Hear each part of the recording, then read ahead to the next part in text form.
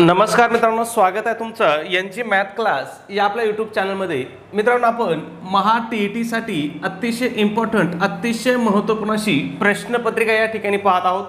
आजचा आपला विषय आहे मराठी आणि या मराठीमधलं आजचं आपलं प्रकरण आहे शब्दसिद्धी.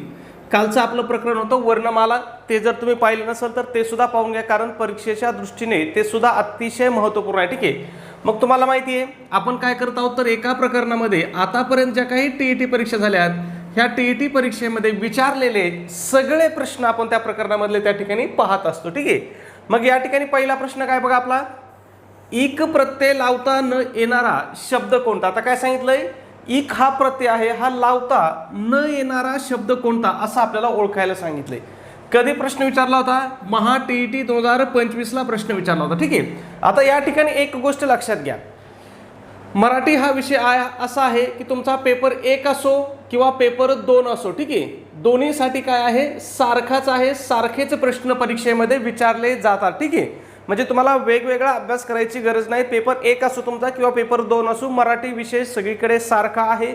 त्याचप्रमाणे बालमानसशास्त्र हा विषय सुद्धा काय आहे, दोन्ही पेपरला सारखा आहे. म्हणजे जवळपास तुम्ही जर पहिल्या आणि दुसऱ्या पेपरचा विचार केला सर तर 70% अभ्यासक्रम काय आहे, सारखाच आहे, हे लक्षात घ्या. ठीक आहे.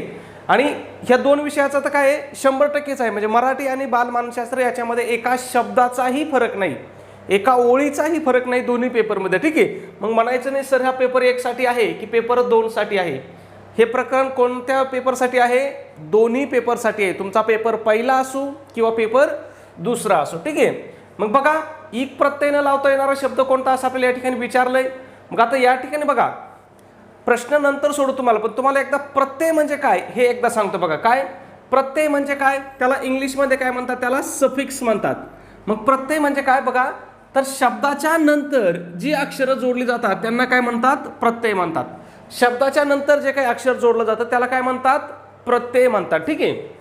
मग प्रत्यय लागून तयार होणाऱ्या शब्दांना काय म्हणतात, तर प्रत्यय लागून तयार होणाऱ्या शब्दाला प्रत्यय घटित शब्द म्हणतात. ठीक आहे. याच्यावरती सुद्धा प्रश्न आपल्याला परीक्षेमध्ये विचारलेला आहे. ठीक आहे. आता या ठिकाणी बघा, तुम्हाला कळालं प्रत्यय म्हणजे काय, तर प्रत्यय शब्दाच्या नंतर लागतात. प्रत्यय काय लागतात, शब्दाच्या नंतर लागतात. ठीक आहे. आणि इथं काय सांगितलं आपल्याला, इक हा प्रत्यय लागून. बरं, ठीक आहे. मग बघा, पहिला काय आपल्याला समाज, याच्यामध्ये जर अधिक इक केलं तर कोणता शब्द तयार होतो, सामाजिक शब्द तयार होतो. सामाजिक शब्द आहे आपल्याला काय विचारलंय, न लागणारा शब्द विचारलाय. ठीक आहे. वाचा, अधिक जर इक केला प्रत्यय लावला तर कोणता शब्द तयार होतो, वाचिक शब्द तयार होतो. त्याच्यानंतर धर्म, अधिक जर त्याला इक हा प्रत्यय लावला तर कोणता शब्द तयार होतो, धार्मिक शब्द तयार होतो. आणि आनंद, याला जर इक शब्द लावला तर शब्द काय होईल, आनंदिक. आनंदिक असा शब्द तयार होईल, पण असा शब्द व्याकरण दृष्ट्या हा बरोबर नाही. मग आपलं उत्तर काय असणार आहे, पर्याय क्रमांक 4 या शब्दाला इक हा प्रत्यय लावता येत नाही. म्हणजेच आनंद या शब्दाला इक हा प्रत्यय लावता येत नाही. मग तुम्हाला प्रश्न पडला पाहिजे की आनंद या शब्दाला कोणता प्रत्यय लागतो, तर बघा, आनंद या शब्दाला आपण इत हा प्रत्यय लावू शकतो. बघा, इथं इक आहे आणि कोणता लावू शकतो आपण, इत लावू शकतो. म्हणजे त्यांनी किती थोडासा फरक केलाय. मग आनंद अधिक जर इत केला, आपण आनंदला जर इत हा प्रत्यय लावला तर कोणता शब्द तयार होतो, आनंदित हा शब्द तयार होतो. ठीक आहे. किंवा दुसरा एक प्रत्यय लावू शकतो अजून आपण, तो म्हणजे ई हा प्रत्यय. मग जर ई हा प्रत्यय लावला तर कोणता शब्द तयार होईल, आनंदी हा शब्द तयार होईल. ठीक आहे. परंतु आनंदिक म्हणजे इक हा प्रत्यय आनंदी या शब्दाला लावता येत नाही. मग आपलं पर्याय काय असणार आहे, पर्याय क्रमांक 4 हे आपलं उत्तर असणार आहे. खूप सोपं आहे मित्रांनो, फक्त लक्षात घ्या आणि समजून घ्या. ठीक आहे. आणि प्रश्न कधी विचारलेला बघा, 2025 ला, म्हणजे आता 3 महिन्यापूर्वी विचारलेला प्रश्न आहे. आणि कोण म्हणतं TET परीक्षा खूप अवघड असते, काय अवघड आहे बरं या प्रश्नामध्ये, काहीच अवघड नाही मित्रांनो. ठीक आहे. त्याच्यानंतर बघा, तुम्हाला मी सांगितलं होतं प्रत्यय म्हणजे काय. मग काही प्रत्यय लागणारे शब्द बघा, आता समजा बुद्धी हा शब्द आहे, याला वान हा प्रत्यय लागला, मग शब्द कोणता तयार झाला, बुद्धिवान झाला. दुकान, याला कोणता प्रत्यय लागला, दार हा प्रत्यय लागला, शब्द झाला दुकानदार तयार. रंग, याला इत हा प्रत्यय लागला, शब्द तयार झाला रंगीत. जड, याला त्व हा प्रत्यय लागला, शब्द तयार झाला जडत्व. ठीक आहे. आणि लक्षात ठेवा, प्रत्येक लागलेल्या शब्दांना किंवा प्रत्यय लागून तयार झालेल्या शब्दांना काय म्हणतात, तर त्याला काय म्हणतात, प्रत्यय घटित शब्द म्हणतात, हे लक्षात ठेवा. प्रश्न परीक्षेमध्ये विचारलेले आहेत. आणि प्रत्यय कधी लागतो, तर प्रत्यय हा शब्दाच्या नंतर लागतो किंवा शब्दाच्या शेवटी लागतो. ठीक आहे, लक्षात ठेवायचं, खूप महत्वाचं आहे. पुढचा प्रश्न, प्रश्न क्रमांक 2. बद उपसर्ग लागून योग्य विरुद्धार्थी शब्द तयार करणारा पर्याय कोणता? आता बघा, प्रश्न कधीचा आहे, 2024चा. मागच्या प्रश्नामध्ये आपल्याला काय विचारलं होतं, प्रत्यय लागून तयार होणारा शब्द. आता इथं काय विचारलंय, उपसर्गावरती विचारलंय. मग उपसर्ग म्हणजे काय बघा, उपसर्गाला काय म्हणतात, प्रेफिक्सेस म्हणतात. त्याला काय म्हणतात बघा, हा शब्दाच्या पूर्वी लागतो किंवा शब्दाच्या सुरुवातीला लागतो. प्रत्यय हा शब्दाच्या शेवटी लागायचा, उपसर्ग काय होतो, शब्दाच्या सुरुवातीला लागतो. मग हा दोन्ही मधला सगळ्यात महत्वाचा फरक लक्षात ठेवायचा आहे. प्रत्यय कधी लागतो, शब्दाच्या नंतर लागतो, शब्दाच्या शेवटी लागतो. आणि उपसर्ग कधी लागतो, शब्दाच्या अगोदर लागतो. ठीक आहे, आणि जे उपसर्ग लागून जे शब्द तयार होतात त्यांना काय म्हणतात, उपसर्ग घटित शब्द म्हणतात. ठीक आहे, हे लक्षात ठेवा. काय म्हणतात, उपसर्ग घटित शब्द म्हणतात.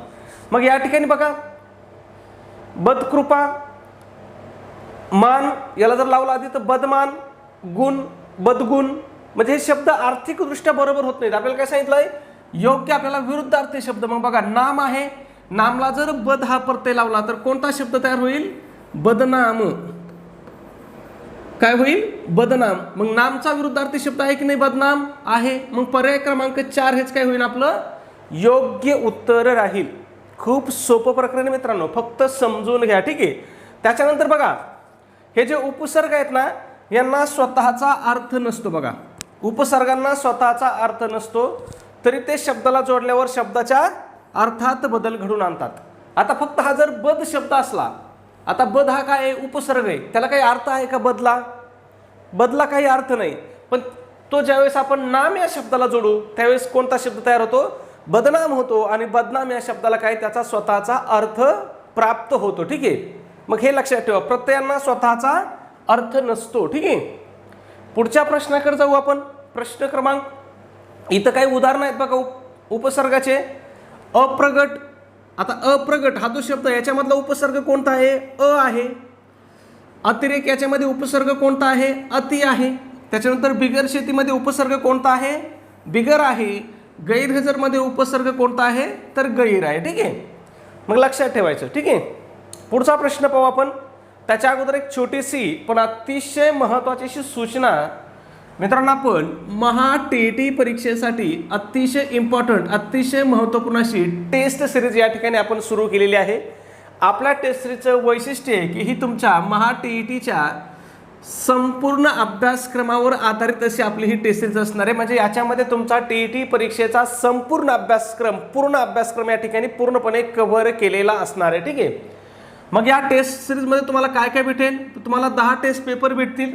त्याचबरोबर तुम्हाला आतापर्यंत झालेल्या टी-ई-टीच्या सर्व प्रश्नपत्रिका तुम्हाला त्या ठिकाणी भेटतील. म्हणजे आतापर्यंत 2013 पासून जेवढ्या काही टी-ई-टीच्या पेपर 1 आणि पेपर 2च्या प्रश्नपत्रिका झाल्या आहेत, ह्या सगळ्या प्रश्नपत्रिका तुम्हाला उत्तरासहित, म्हणजे त्या प्रश्नपत्रिकेची उत्तर सूची सुद्धा तुम्हाला त्या ठिकाणी पाठवली जाईल. म्हणजे तुम्हाला प्रश्नाचं उत्तर शोधण्याची गरज लागणार नाही. ठीक आहे, त्याचबरोबर तुम्हाला फ्रीमध्येच अतिशय IMP अशा नोट्स पाठवल्या जातील. त्याच्यामध्ये मराठी असेल, हिंदी असेल, गणित असेल, इतिहास असेल, भूगोल असेल, मानसशास्त्र असेल. एवढ्या इम्पॉर्टंट, एवढ्या महत्त्वपूर्ण नोट्स आहेत ना मित्रांनो. जसं जर तुम्ही उदाहरण पाहिलं तर आपल्या मानसशास्त्राच्या नोट्स एवढ्या डीप आहेत की 30 पैकी कमीत कमी 25 प्रश्न हे काय होणार, आपल्या मानसशास्त्राच्या नोट्समधूनच विचारले जाणार. ठीक आहे, त्याचबरोबर तुम्हाला माहिती आहे, इयत्ता 4थी ते 8वीचे जे काही क्रमिक पुस्तकं आहेत, त्या क्रमिक पुस्तकावरती सुद्धा आपल्याला भरपूर प्रश्न विचारले जातात. आता कुठं प्रश्न विचारले जातात बघा, तुमच्या पेपर 1ला जो काही परिसर अभ्यास आहे, या परिसर अभ्यासामध्ये 30 पैकी 25 प्रश्न हे काय केले जातात, इयत्ता 4थी ते 8वीच्या पुस्तकातले विचारले जातात. त्याच्यानंतर ज्यांचा पेपर 2ला समाजशास्त्र आहे बघा, ज्यांचं समाजशास्त्र आहे त्यांच्यासाठी पेपर 2ला 4थी ते 8वीच्या पुस्तकातले 60 पैकी जवळपास 50 प्रश्न विचारले जातात. आणि ज्यांचा पेपर 2ला विज्ञान विषय आहे त्यांच्यासाठी 4थी ते 8वीच्या पुस्तकातील कमीत कमी 30 पैकी 25 प्रश्न हे काय केले जातात या ठिकाणी 4थी ते 8वीच्या नोट्समधले तुम्हाला विचारले जातात किंवा 4थी ते 8वीच्या क्रमिक पुस्तकामधले तुम्हाला विचारले जातात. मग तुम्हाला सगळे पुस्तकं वाचायला परवडणार आहे का? तर तुम्हाला त्या पुस्तकाच्या अतिशय इम्पॉर्टंट अतिशय महत्त्वपूर्ण अशा नोट्स आपण या ठिकाणी तयार केलेल्या आहेत. मग त्याच्यामध्ये 4थी ते 8वीचा इतिहास असेल, भूगोल असेल, राज्यशास्त्र असेल, विज्ञान असेल, हे सगळे विषय तुम्हाला त्या ठिकाणी पाठवून दिले जातील. ठीक आहे. मग जर तुम्ही फक्त परीक्षेमध्ये आपण पाठवलंय तेवढ्याचाच जर अभ्यास केला तर तुम्ही परीक्षेमध्ये 100 पेक्षा जास्त मार्क या ठिकाणी सहज घेऊ शकता. म्हणजे पहिल्या प्रयत्नामध्ये तुम्ही काय होणार 100% परीक्षा पास होणार. आणि परीक्षा नुसते पास होणार नाही तर ती चांगल्या गुणांनी चांगल्या मेरिटनी परीक्षा काय होणार पास होणार. ठीक आहे. मग ह्या सगळ्याची किंमत किती मित्रांनो? तर फक्त 200 रुपये किंमत आहे. किती किंमत आहे? फक्त 200 रुपये. परंतु त्याच्यामध्ये सुद्धा विद्यार्थ्याच्या आणि शिक्षक बांधवांच्या आग्रहाखातर आपली जी ऑफर आहे ना, ही आपली ऑफर आज सुद्धा चालू आहे मित्रांनो. मग जर तुम्ही ऑफरनुसार आज आपली टेस्ट सिरीज घेतली तर ही तुम्हाला फक्त आणि फक्त 139 रुपयाला ही आपली टेस्ट सिरीज मिळेल. मग हे 139 रुपये तुम्हाला कुठं पे करायचे आहेत किंवा कुठं पाठवायचे आहेत? तर तुमच्या सगळ्याकडे गुगल पे आहे, फोनपे आहे. मग गुगल पे फोनपेला आपला नंबर आहे 96 89 14 16 30. पुन्हा एकदा सांगतो 96 89 14 16 30 हा आपला गुगल पे फोनपेचा नंबर आहे. आणि जर कुणाला नंबरवरती पैसे पाठवण्यासाठी अडचण येत असेल तर तुम्ही मला जर व्हॉट्सॲपला मेसेज केला की सर आम्हाला स्कॅनर पाठवा, तर तुम्हाला त्या ठिकाणी व्हॉट्सॲपला स्कॅनरसुद्धा पाठवलं जाईल. स्कॅनरवरती पैसे पाठवणं काय असतं, सोपं असतं, सुरक्षित असतं आणि चुकून आपले पैसे तिसऱ्याच व्यक्तीला जाण्याचा धोका स्कॅनरने राहत नाही. ठीक आहे. मग तुम्हाला जे योग्य वाटेल त्याच्यावरती तुम्ही पैसे पाठवू शकता. स्कॅनर लागत असेल तर स्कॅनरवर पाठवा किंवा गुगल पे फोनपेला आपला नंबर आहे 96 89 14 16 30. तुम्ही पैसे पाठवल्यानंतर तुम्हाला काय करायचं आहे, तुम्ही जे पैसे पाठवले त्याचा एक काय करायचं आहे, एक स्क्रीनशॉट काढायचा आहे आणि तो स्क्रीनशॉट मला व्हॉट्सॲपला टाकायचा आहे. व्हॉट्सॲपला आपला कोणता नंबर आहे? तर हाच नंबर आपला व्हॉट्सॲप आहे 96 89 14 16 30. व्हॉट्सॲपवरती तुमचा स्क्रीनशॉट मिळाल्याबरोबर तुम्हाला 5 मिनिटाच्या आतमध्ये संपूर्ण स्टडी मटेरियल इथं जेवढं जेवढं सांगितलंय ना, हे संपूर्ण स्टडी मटेरियल तुम्हाला व्हॉट्सॲपवरतीच PDF फाईलच्या स्वरूपामध्ये पाठवून दिलं जाईल. ठीक आहे. पुढच्या प्रश्नाकडे जाऊ. प्रश्न क्रमांक 3 आहे बघा. भरधाव या शब्दातील उपसर्ग ओळखा. बघा आता 2021ला प्रश्न विचारला होता. प्रश्न असा विचारलाय की 3रीचा पोरगा सुद्धा याचं उत्तर सांगेल असे प्रश्न विचारलेत. आणि कोण म्हणतं TET परीक्षा लय अवघड असते, TET परीक्षा पासच होत नाही, 3% लोक पास होतात, कोणी म्हणतं 4% लोक पास होतात. आणि तुम्ही प्रश्न पहा एकदा कसे आहेत.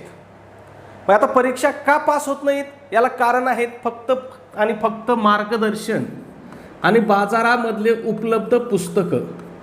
एवढंच याला कारण. मार्गदर्शनाचा अभाव आणि बाजारामध्ये उपलब्ध जे काही संदर्भ साहित्य आहे, बाजारामध्ये जे काही उपलब्ध पुस्तक आहेत हे अगदी 3rd क्लास दर्जाचे पुस्तक आहेत जे TET साठी बाजारामध्ये उपलब्ध आहेत. ते त्या पुस्तकातलं मी तुम्हाला पैन देऊन सांगतो. तुम्ही एवढा ठोकळा आणा TET साठीचा आणि आतापर्यंतची मागची, आता समजा 2025चा पेपर झालेला आहे आणि त्या पुस्तकातले प्रश्न बघायचे आणि 2025च्या पेपरमधले प्रश्न बघायचे.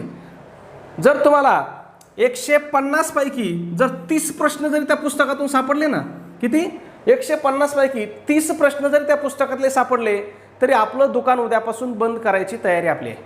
कारण मला माहिती आहे त्याच्यामधलं विचारतच नाहीत म्हणून काय होतंय, पोरं पास कमी होतात. एवढा ठोकळे अभ्यास भरपूर करतात पण काय करतात, मग त्याला दिशाहीन अभ्यास म्हणतो आपण. त्याला काय म्हणतो? दिशाहीन अभ्यास. म्हणजे पेपरला इकडलं विचारतात आणि तुम्ही अभ्यास तिकडला करता. म्हणजे समजा पेपरला विचारणार भारताचं आणि तुम्ही अभ्यास केला नेपाळचा, काय उपयोग होणार आहे का? असं होणार नाही. म्हणून तुम्हाला काय करायचं आहे, त्यांनी जे सांगितलंय ना तेच करा. आता जसं की जर समजा तुम्ही पाहिलं परिसर अभ्यास हा विषय आहे. कोणता? परिसर अभ्यास हा विषय आहे. त्यांनी धडधडीत सिलेबसमध्ये काय सांगितलंय, हा कुठून येणार आहे तुम्हाला? माध्यमिक पूर्व शालांत परीक्षामधले जे काही पुस्तक आहे त्या पुस्तकातून येणार आहे. म्हणजे ते काय सांगताय तुम्हाला, हे सगळे प्रश्न कुठून येणार आहेत? 10वी पर्यंतच्या पुस्तकातले हे प्रश्न असणार आहेत. आणि आपण काय वाचतोय? ठोकळे. मग आपल्याला काय केलं पाहिजे? 10वी पर्यंतच्या सगळ्या पुस्तकांचा अभ्यास केला पाहिजे. लक्षात येत आहे? म्हणजे त्याच्यामुळे निकाल कमी लागतोय. पेपर अवघड आहे म्हणून निकाल कमी लागत नाही हे तुम्ही समजून घ्या. मग भरधाव या शब्दातील उपसर्ग कधीचा? भरधाव या शब्दातील उपसर्ग कोणता आहे बघा. धाव उपसर्ग होईल का? उपसर्ग कधी लागतो? उपसर्ग कधी असतो? शब्दाच्या अगोदर असतो किंवा शब्दाच्या सुरुवातीला असतो, तुम्हाला सांगितलंय मी. मग धाव हा काय शब्दाच्या नंतर आहे, पर्याय कट होईल. व कुठे आहे, शब्दाच्या नंतर आहे, पर्याय कट होईल. भ कुठे पहा, भर शब्दाच्या सुरुवातीला आहे. बघा भ कुठे आहे, शब्दाच्या सुरुवातीला आहे. पण मग भ जर काढलं तर राहिलेला शब्द काय होईल, रधाव. काय होईल, रधाव. रधाव असा कुठे मराठीमध्ये शब्द आहे का, नाही. मग हे कट होईल. मग काय उत्तर राहील आपलं, भर हा काय या ठिकाणी उपसर्ग आहे. म्हणजे एवढं चिल्लर आहे ना मित्रांनो, खूप सोपं आहे. फक्त तुम्ही अभ्यासावरती लक्ष करा. तुम्हाला खरंच मी जीवाच्या तळमळीने ओरडून सांगतो, तुम्हाला काहीच अभ्यास करायचा, तुम्हाला फक्त अभ्यास काय करायचा आहे, आतापर्यंतचे काही TETचे पेपर झालेत ना, ह्या पेपरचा अभ्यास करा. म्हणजे त्याला आपण काय म्हणतो, PYQ, ह्या मागील झालेल्या प्रश्नपत्रिकेचाच तुम्हाला अभ्यास करायचा आहे. तुम्ही जेवढा यांचा अभ्यास कराल ना, तेवढा तुम्हाला पेपर सोपा जाईल. आणि जर नसेल तुम्हाला वाटत, तर तुम्ही एखाद्या पास झालेल्या विद्यार्थ्याला विचारा की बाबा तू कशाचा अभ्यास केला होता आणि का पेपर पास झाला. झालेले पुस्तकं म्हणजे झालेल्या प्रश्नपत्रिका आणि 10वी पर्यंतचे शालेय पुस्तकं. कोणते पुस्तकं, शालेय पुस्तकं. त्याच्यामध्ये कोणत्या बोर्डचे पुस्तकं, तर आपल्या महाराष्ट्र स्टेट बोर्डचे पुस्तकं, NCERTचे नाही. कोणत्या, महाराष्ट्र स्टेट बोर्डचे 10वी पर्यंतचे पुस्तकं आणि झालेल्या प्रश्नपत्रिका. एवढ्या 2च गोष्टीचा अभ्यास करा, तुम्ही परीक्षा सहज पास होताल. ठीक आहे. पुढचा प्रश्न, पुढीलपैकी उपसर्ग घटित शब्द कोणता.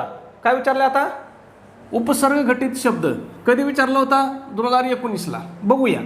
गुलाम, गिरी. बघा गुलाम आणि गिरी. गिरी या इथं काय लागलाय, प्रत्यय लागलाय.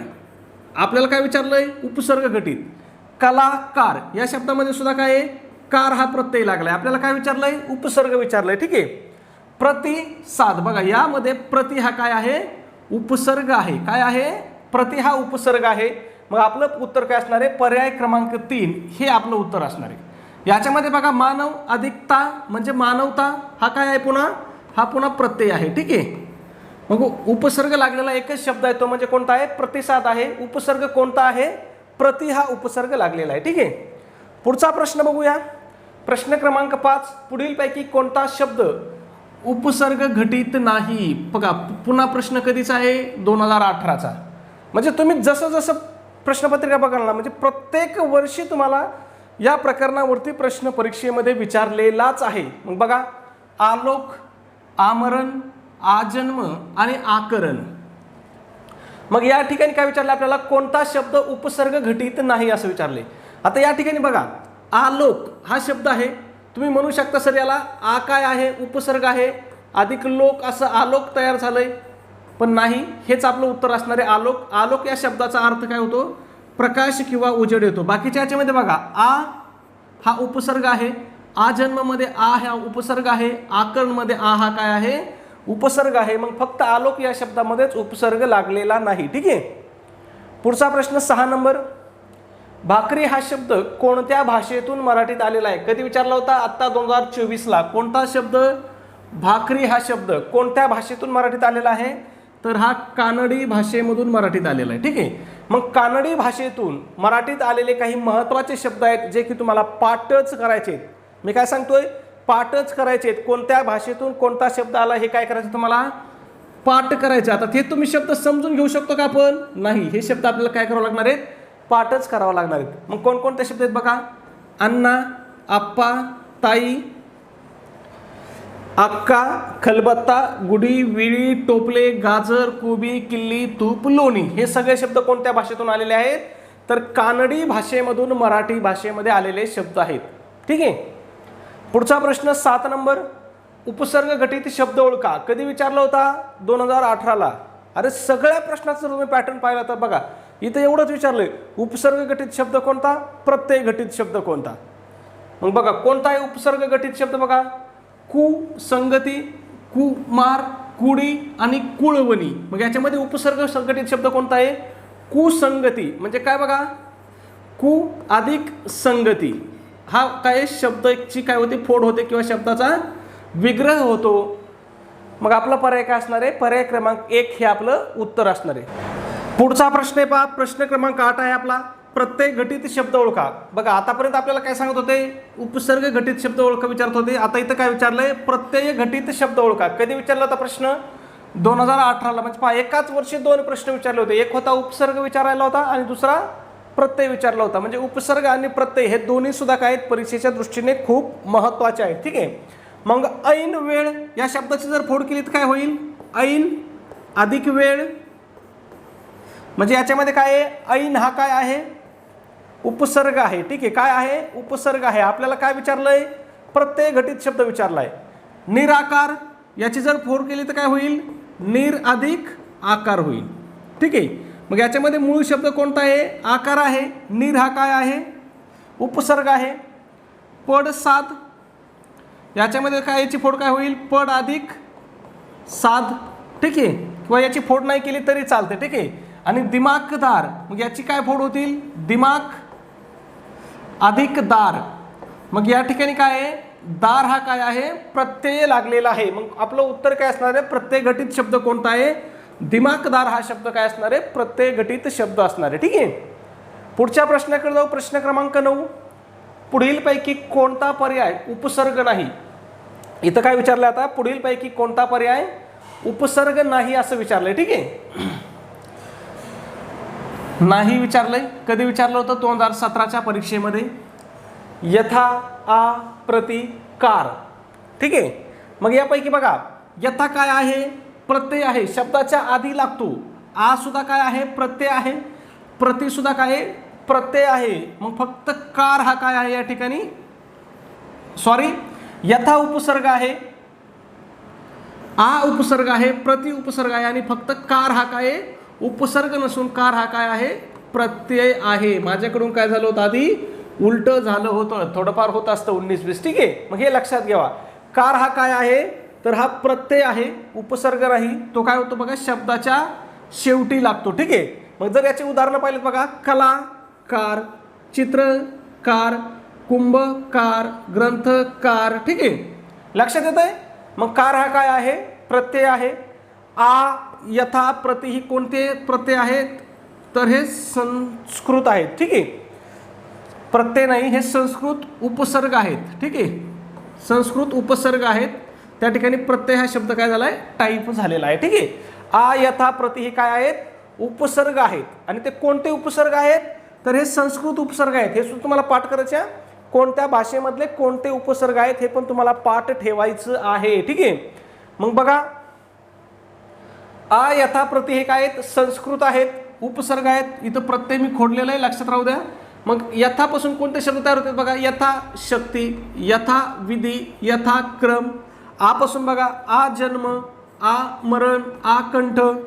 प्रतिपासून बघा प्रतिदिन, प्रतिवर्षी, प्रतिकूल. ठीक आहे. मग लक्षात येते आ, यथा, प्रति हे काय आहेत? संस्कृत उपसर्ग आहेत. पुढचा प्रश्न बघा. अनुक्रम या शब्दातील उपसर्ग ओळखा. बघा पुन्हा काय केलं? आपल्याला एक शब्द दिला आहे आणि या शब्दामधला आपल्याला काय ओळखायला सांगितलं आहे? तर उपसर्ग ओळखायला सांगितलं आहे. मग याची जर आपण फोड केली तर याची फोड काय होईल? अनु अधिक क्रम. काय होईल? अनु अधिक क्रम. मग याच्यामध्ये कोणता उपसर्ग असणार आहे? तर अनु हा उपसर्ग असणार आहे. म्हणजे एवढं सोपं प्रकरण आहे मित्रांनो की त्यामध्ये तुम्ही म्हणजे तसा सगळा मराठी विषय सोपा आहे. सगळा मराठी विषय काय मित्रांनो? खूप सोपा आहे. मराठी हा असा एकमेव विषय आहे की तुम्ही TET परीक्षेला 30 पैकी 30 मार्क घेऊ शकता.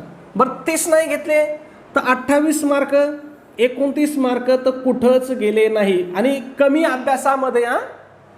अभ्यासामध्ये तुम्ही 28 ते 29 मार्क परीक्षेमध्ये मराठी विषयामध्ये 100% घेऊ शकता. आणि जर तुम्हाला एवढे मार्क मराठी विषयात पडले ना, मग बाकीच्या विषयामध्ये तुम्हाला ॲव्हरेज म्हणजे सरासरीत जरी मार्क पडले, बाकीच्या विषयामध्ये सरासरीत जरी मार्क पडले तरी तुमचा एकटा मराठी विषय तुम्हाला काय करू शकतो? TET पास करून देऊ शकतो जर त्याला तुम्ही 28-29 मार्क घेतले तर. आणि हे घेणं काय खूप सोपं आहे. आता बघा आपण झालेल्या प्रश्नपत्रिका बघत आहोत, आतापर्यंत विचारलेले प्रश्न पाहत आहोत. मग विचारलेले प्रश्न तुमच्या समोर आहेत. कोणता प्रश्न तुम्हाला अवघड वाटला? तुम्ही सांगा बरं. कुठलाच प्रश्न अवघड नाही. ठीक आहे. पुढचा प्रश्न बघा. 11 नंबर. मान्य या शब्दापासून तयार होणारा उपसर्ग युक्त अचूक शब्द कोणता? काय विचारलंय? मान्य या शब्दापासून तयार होणारा उपसर्गयुक्त अचूक शब्द म्हणजे बरोबर शब्द विचारला आपल्याला. ठीक आहे. मग बघूया. मान्यता या शब्दाची जर फोड केली तर काय होईल? मान्य अधिक ता होईल. मग ता काय आहे? याच्यामध्ये प्रत्यय आहे. आपल्याला काय विचारलंय? उपसर्ग विचारलंय. त्याच्यानंतर जर मान्य वर या शब्दाची आपण फोड केली तर काय होईल, मान्य अधिक वर होईल. वर हा काय आहे, प्रत्यय आहे. आपल्याला उपसर्ग विचारलंय. माननीय याची जर आपण फोड केली तर काय होईल, मान अधिक नीय होईल. मग नी हा काय आहे, प्रत्यय आहे. आपल्याला विचारलंय उपसर्ग. मग या ठिकाणी आपलं उत्तर काय असणार आहे, पर्याय क्रमांक 4 हेच आपलं काय असणार आहे, उत्तर असणार आहे. ठीक आहे. मग मान्य या शब्दापासून तयार होणारा उपसर्गयुक्त शब्द कोणता आहे, अमान्य हा शब्द आहे. ठीक आहे, लक्षात ठेवा. याच्यामध्ये कुठं बघा मान्य हा शब्द दिलेला नाही. ठीक आहे. पुढचा प्रश्न बघूया. प्रश्न क्रमांक 12 आहे.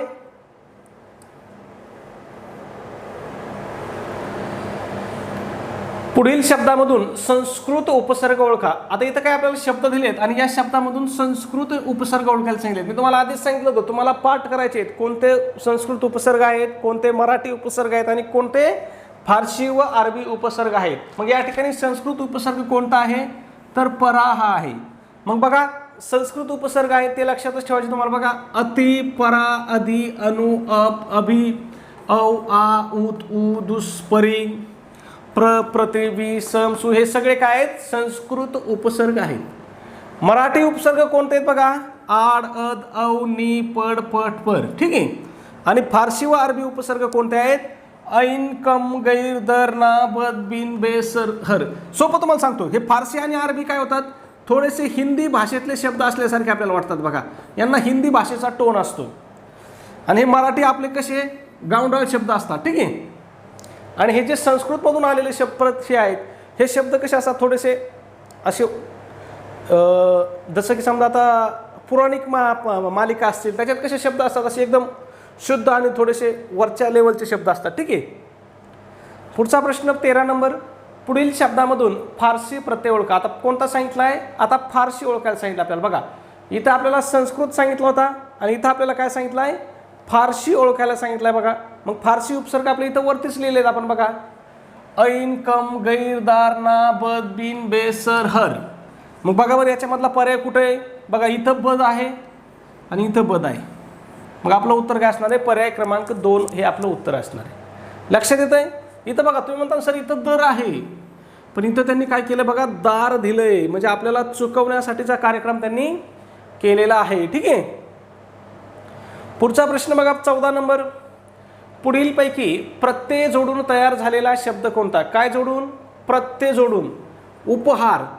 ठीक आहे. याच्यामध्ये उप हा काय आहे, उपसर्ग आहे. अवजड, औ काय आहे, उपसर्ग आहे. प्रतिकार, प्रति काय आहे, उपसर्ग आहे. म्हणजे हे तिन्ही काय आहेत, उपसर्ग आहेत. काय आहेत, उपसर्ग आहेत. आणि आपल्याला काय विचारलंय, प्रत्यय जोडून. मग प्रत्यय फक्त काय, झुपके अधिक दार. दार हा काय आहे, प्रत्यय आहे. मग आपलं उत्तर काय असणार आहे, पर्याय क्रमांक 4 हे आपलं उत्तर या ठिकाणी असणार आहे. पुढचा 15 नंबर प्रश्न बघा. बघा पुन्हा पुढील शब्दामधून मराठी उपसर्ग ओळखा. बघा मराठी, संस्कृत, फारसी, अरबी हे उपसर्ग तोंडपाठच ठेवायचे. गैर, प्र, पड, अप. मग यापैकी कोणता आहे, पड हा आहे. ठीक आहे. हे इथं स्क्रीनशॉट काढून घ्या आणि एवढे पाठ करा. याच्या व्यतिरिक्त दुसरे शब्द नाहीत, एवढेच आहेत. ठीक आहे. पुढचा प्रश्न 16 नंबर. पुढील शब्दापैकी कोणता शब्द प्रत्यय घटित आहे. आता काय विचारलंय, प्रत्यय घटित शब्द विचारलाय. ठीक आहे. मग बघा सर, हद्द. याच्यामध्ये बघा सर हा काय आहे, उपसर्ग आहे. संगीत, याच्यामध्ये बघा सम हा उपसर्ग आहे. सम अधिक गीत बरोबर काय, संगीत. निगर्वी, याच्यामध्ये बघा निर हा उपसर्ग आहे. हा कोणता आहे, संस्कृत उपसर्ग आहे. सम हा सुद्धा संस्कृत उपसर्ग आहे. सर हा कोणता आहे, फारसी उपसर्ग आहे. ठीक आहे. आणि निगर्वी या शब्दाचा अर्थ काय होतो, ज्याला गर्व नाही असा होतो. हा एका ठिकाणी अर्थ सुद्धा याचा विचारलेला आहे, या शब्दाचा अर्थ. ठीक आहे. मग लक्षात ठेवा, निगर्वी म्हणजे काय, ज्याला गर्व नाही असा. मग आपला प्रत्यय घटित शब्द काय असणार आहे, तुलना हा आपला प्रत्यय घटित शब्द असणार आहे. ठीक आहे. पुढचा प्रश्न बघूया 17 नंबर. उपसर्ग घटित शब्द ओळखा. काय सांगितलंय, उपसर्ग घटित. बघा आपल्याला सगळे प्रश्न असेच विचारलेत. एक तर उपसर्ग घटित, नाही तर प्रत्यय घटित. नाही तर मराठी भाषेतला प्रत्यय ओळखा, संस्कृत भाषेतला प्रत्यय ओळखा, नाही तर फारसी व अरबी भाषेतलाच प्रत्यय ओळखा. याच्या व्यतिरिक्त इथं प्रश्न विचारलेला नाही. ठीक आहे. मग बघा विशेष, विनंती, विनय आणि विभारी, मग या ठिकाणी आपल्याला कोणता शब्द हा उपसर्ग घटित असणार आहे, तर कोणता? विनय हा शब्द काय या ठिकाणी उपसर्ग घटित शब्द आहे. आता काही जणांचं म्हणणं विषय सुद्धा असू शकतो, विशेष हा सुद्धा काही उपसर्ग घटित शब्द असू शकतो, परंतु जे काही आन्सर की आलेली आहे त्या आन्सर की मध्ये त्यांनी विनय हे उत्तर दिलेलं आहे. ठीक आहे, विशेष पण असू शकतो, परंतु उत्तर काय दिलेलं आहे आपल्याला? विनय हे उत्तर दिलेलं आहे. पुढचा प्रश्न 18 नंबर, प्रत्यय घटित शब्द ओळखा. काय विचारलंय? प्रत्यय घटित शब्द ओळखायला सांगितलं. ठीक आहे, निर्मम, अभ्युदय, आनंद आणि चराऊ. मग याच्यामध्ये बघा, चरा अधिक ऊ हा प्रत्यय लागलेला आहे. कोणता प्रत्यय आहे या ठिकाणी? ऊ हा प्रत्यय आहे, म्हणजे पर्याय क्रमांक 4 आपलं उत्तर आहे. निर्मम या शब्दामध्ये बघा, नीर हा उपसर्ग आहे, अभ्युदयमध्ये अभि हा उपसर्ग आहे आणि आनंद हा एक काय म्हणजे मूळ शब्द आहे, याला तर उपसर्ग आणि प्रत्यय दोन्ही लागलेला नाही. म्हणजे खूप सोपं आहे, लक्षात ठेवा. ठीक आहे, पुढच्या प्रश्नाकडे जाऊ आपण. आपला शेवटचा प्रश्न क्रमांक 19 आहे. बद उपसर्ग लावून योग्य विरुद्धार्थी शब्द तयार करणारा पर्याय कोणता? कृपा, मान, गुण. मग याचं काय करायचंय? कृपा, मान, गुण आणि नाम आहेत पर्याय. याचं उत्तर तुम्हाला कमेंटमध्ये सांगायचंय. चॅनलला सबस्क्राईब केलं नसेल लगेच सबस्क्राईब करून घ्या. व्हिडिओ आवडला असेल तर प्लीज एक लाईक करत चला आणि आपला व्हिडिओ तुम्हाला कसा वाटतो हे सुद्धा कमेंटमध्ये नक्की सांगत चला. धन्यवाद मित्रांनो.